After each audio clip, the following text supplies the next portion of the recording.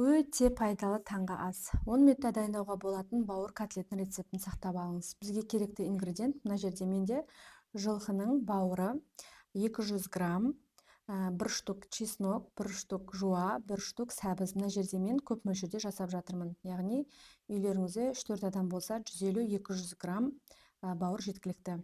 Мына жерде барлығын ұсақтап турап блендерға саламыз.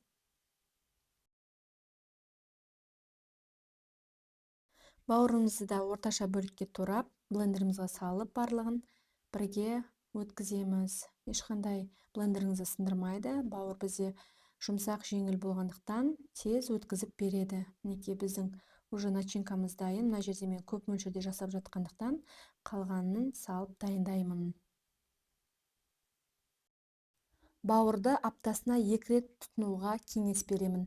Адам денсаулығы үшін көп мөлшерде витаминдерге толы.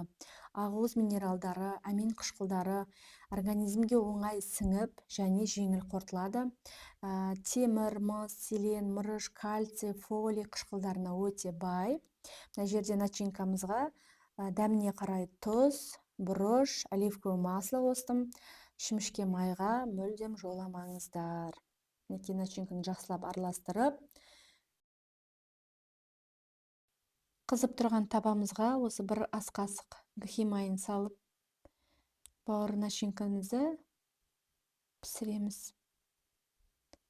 Мына жерде мен бауырға байқасаңыздар жұмыртқа салған жоқпын, себебі біз күнде белок жейтін болғандықтан, мінекей менің рецептім бойынша шашырамай, үзілмей осындай котлет дайын болады.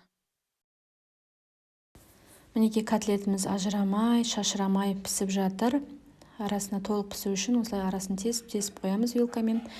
Бетін жауып, тағы 2-3 минут пісіреміз. Мінекей котлетіміз дайын. Мына жерде мен всегда үйде свекла асып қоямын. Жеңіл әрі дәмді, гемоглобин көтеретін нағыз таңғы ас болды. Астарыңыз дәмді болсын. Менің рецептім бойынша осы бауыр котлетін жасап, денсаулықтарыңызды күтіп, пайдалы таңғы ас ішіңіз.